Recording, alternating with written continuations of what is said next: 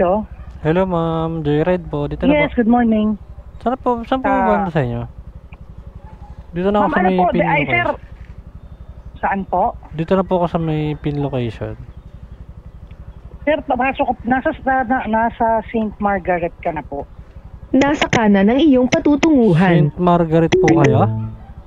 Oo, St. Margaret Face. Ang St. Margaret. Pumasok po ako sa loob, ma'am. Sa labas lang po ba? Nakapasok ko na sa loob. Hindi, sa loob, diretso, sa dulo. Sa may mga gumagawa malapit, lagpasan mo yon. Sa dulo? Opo, May dulo po pa ako pala sa to. Andito na ako, ma'am. May sa may gumagawa. Ay, nandiyan ka lang. Opo, andito na May ako. dulo pa to. Wait lang. Sige, wait lang. Labas ako. May papasok pa po ba dyan? Dead end na. Dead end na pala dito, ma'am. Oo, sa dead end ako eh. Wait lang ha.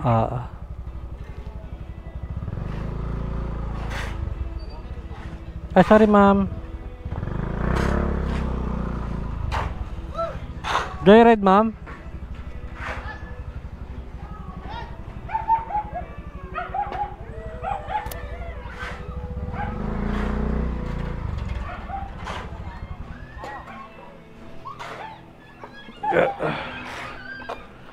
Gusto nyo ng hairnet, ma'am?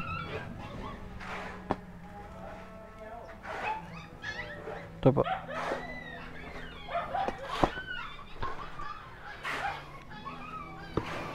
Buhos pala sila.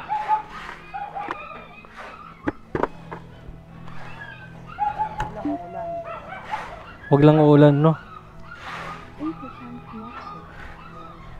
Malapit lang naman tayo, ma'am.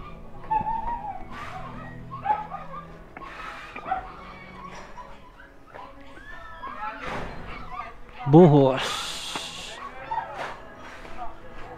Kuya, pwede ba ako muna? Baba ka muna. Bababa muna ako.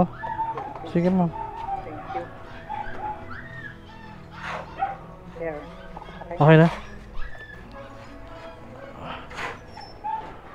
Thank you po, Diyos ko, Lord. Okay na po, ma'am. Yes, Lord. Check ko lang po yung mapa natin. Sige na ako na. 21 minutes. Caloocan. Layo niyang way na tinuturo siguro sa'yo. Caloocan ano ba to? Caloocan North ba to? Yes. Sa Vicas lang yan. Susundan ko na lang yung mapa, ma'am. Kaya turo ko sa yung daan. Saka ba niya pinadadaan? Kakaliwa ako dito, ma'am, sa ano. Ayun.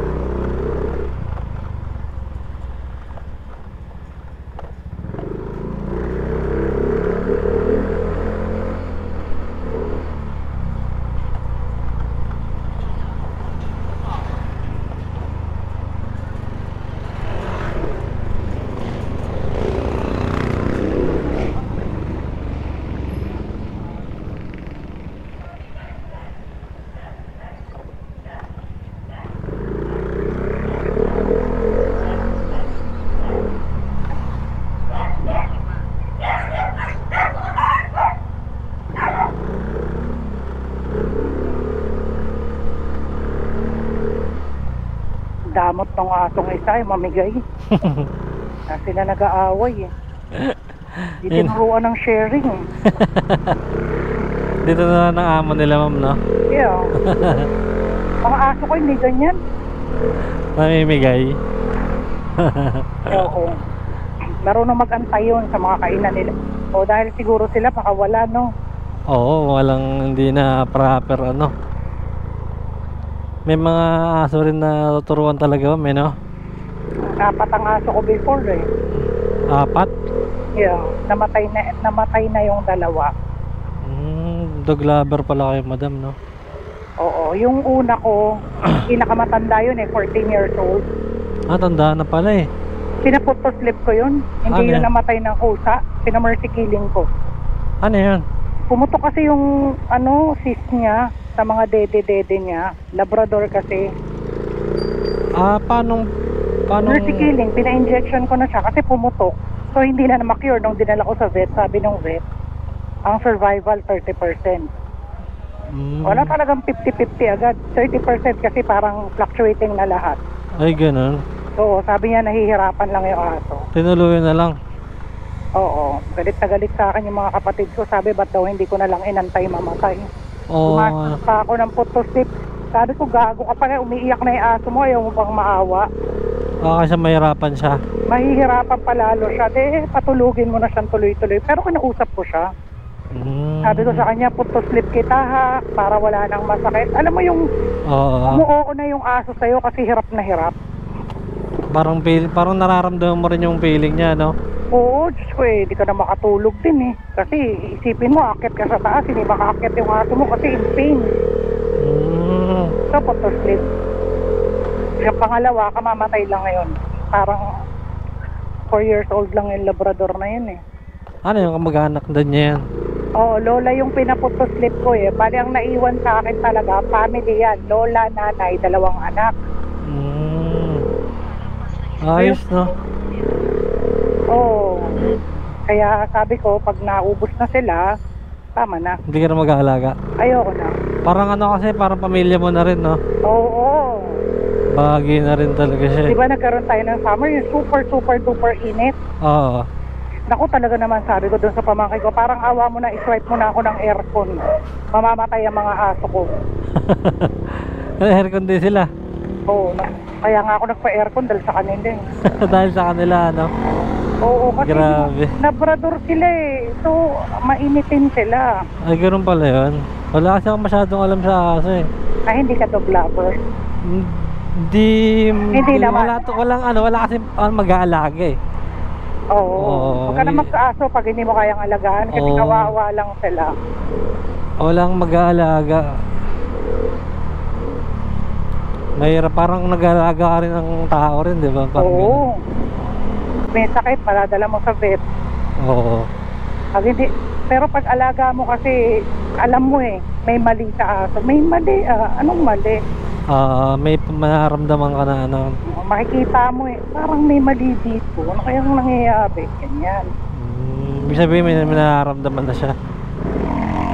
Yung aso ko, sa unang vet na dinala ko dyan sa Marilao, parang hindi magagaling ang vet na napagdalan ko eh. Kasi layo nung vet kong totoo eh. Yung vet kong totoo nasa Muñoz pa eh, Quezon City. Ay, malayo nga. Kasi hindi pa naman kami dyan ganun katagal. 2 taon pa lang. Lagi pa kaming wala kasi may work. Kakalipat nyo lang dito?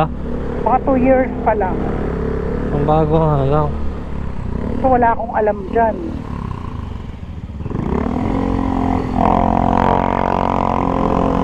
Dali mo pa sa malayo, ma'am, no? Dito na lang. Oo. Ngayon ang sabi, for extraction yung isang itin, yung molar sa dulo, nasira.